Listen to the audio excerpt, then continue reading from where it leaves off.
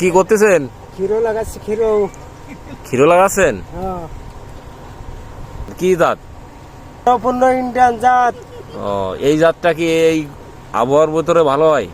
নদীর মধ্যে এই জাতটাই টিকে থাকে, শসা ভালো হয়। ও, বীজ এই যে হলুদ দেখা যাচ্ছে, কারণ কি? বেশি হলুদ মাখানো, তাই কালো হলুদ।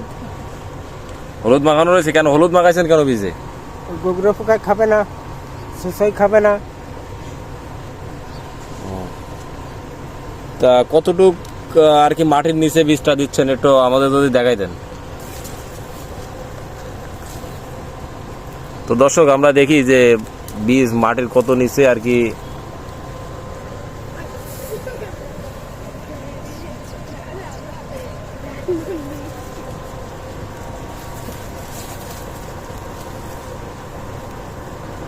কালকে আমরা হলুদ দিয়ে অল্প একটু পানি দিয়ে বাজাইছি,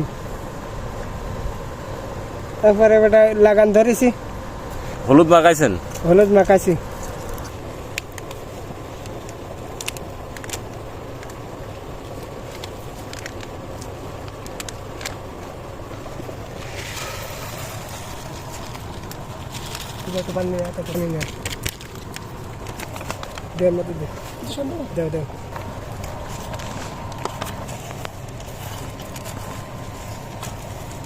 ক্ষীরো খুব ভালো জাতের ক্ষীরো। এই বীজটা হলুদ মাখায় হলুদের সাথে লাগিয়ে গেলে বেটা খানিক সময় রোদে রাখবো। রোদে রাখবেন? হ্যাঁ, রাখার পরে লাগান শুরু করবো। কতদিন পরে চারা আপনি দেখতে পারবেন? সারা 3 দিন 4 দিনের মধ্যে গজা যাবে। 3-4 দিনের ভিতরে গজায় যাবে।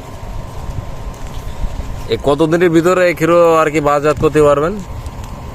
ক্ষীরোই 35-40 দিনের মধ্যে তোলা শুরু হবে আল্লাহ দিলে। 35-40 দিনের ভিতরে।